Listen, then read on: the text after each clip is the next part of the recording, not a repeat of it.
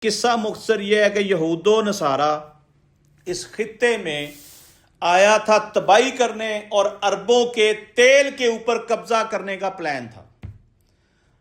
ایران سے شروع ہونا تھا اور آہستہ آہستہ جتنے عرب ممالک ہیں سب کے تیل کے اوپر قبضہ کرنا مشن تھا، ایک ہی موٹو تھا، ایک ہی پوائنٹ تھا۔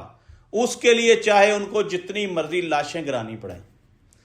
وہ مشن تو ہو گیا فیل، ادھر سے تو کچھ نہیں ملا۔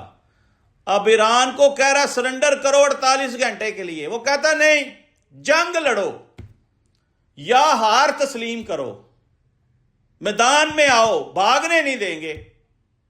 عمران ریاض کا یہ مجھے ایک یہ کال یاد آ گیا ہے، وہ بڑے بڑے لوگوں کو للکارتا تھا، اللہ تعالیٰ اس کی حیاتی زندگی کرے۔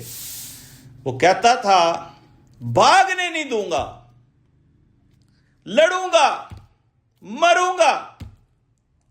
یہ ایران بھی یہی کہہ رہا ہے۔ ایران اس وقت ڈٹا ہوا ہے اور ایران نے امریکہ، اسرائیل اور اس کے اتحادیوں کی ایسی کی تیسی کر کے رکھ دی۔